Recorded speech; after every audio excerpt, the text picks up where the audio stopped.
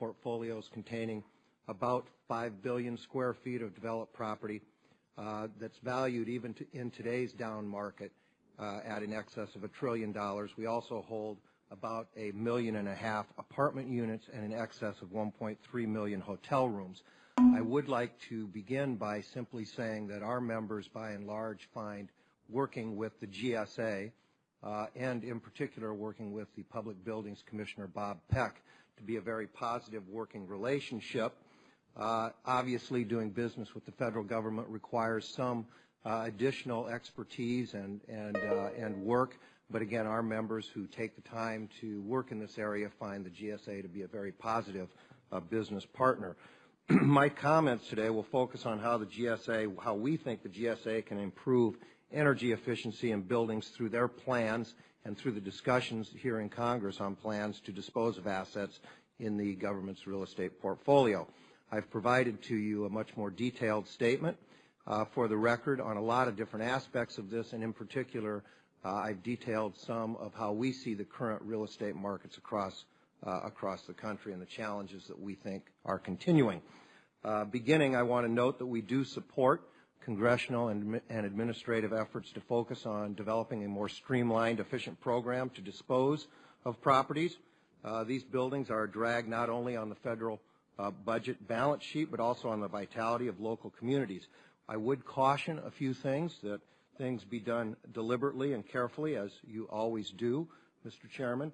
But you need to understand there are difficult challenges right now in valuing properties, and that local markets are being treated differently across the country. Specifically, I would bring up 4 points that as you move to streamline your disposal program that you keep in mind.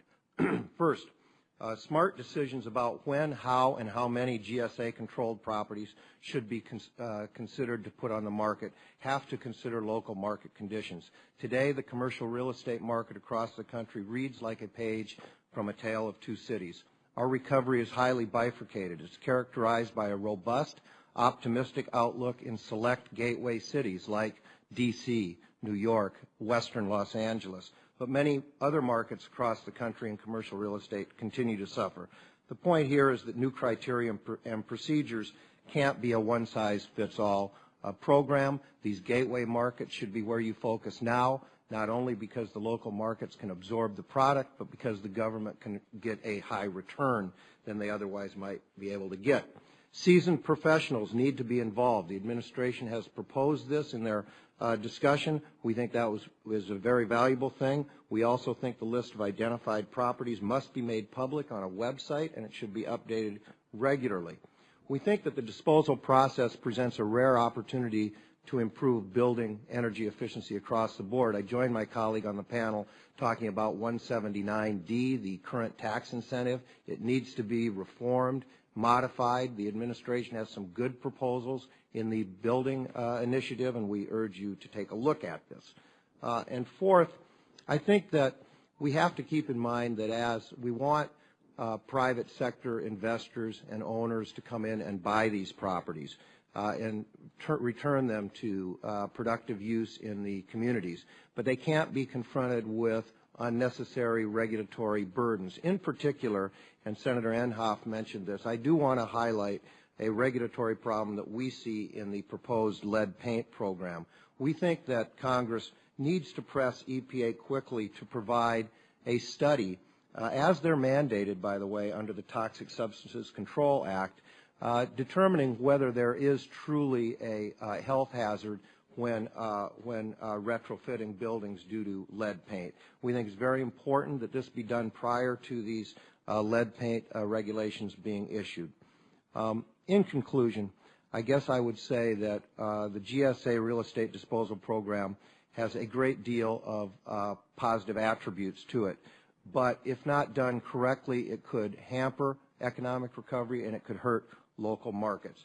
We do think that if done right, it will hasten economic recovery, it will stimulate jobs in certain parts of our country, and it will help drive energy efficiency not only in federally owned buildings, but in the entire building stock. So we at the Roundtable look forward to being a resource for you as this program moves forward. Thank you again for the opportunity today. Thank you, Mr. DeBoer. It's good to have you with us. I will yield my time to the chairman, Chairman Boxer. Thank you so much. I'm really interested in this LEED versus green globes. Green globes or globe? Globes. Because I asked Senator Inhofe, when Senator Boozman was questioning about the wood, I was trying to find out from him the issue, and so I'm going to ask the two of you to talk to me about this. The point made by Senator Inhofe is that in order to meet the LEED standard, you have to have a certain type of wood, and that means that the wood, that it has to be the building, in order to qualify, you have to import the wood from other places rather than use the wood we have in this country. Is that an accurate statement, Mr. Gatlin, and then followed by Mr. Hubble?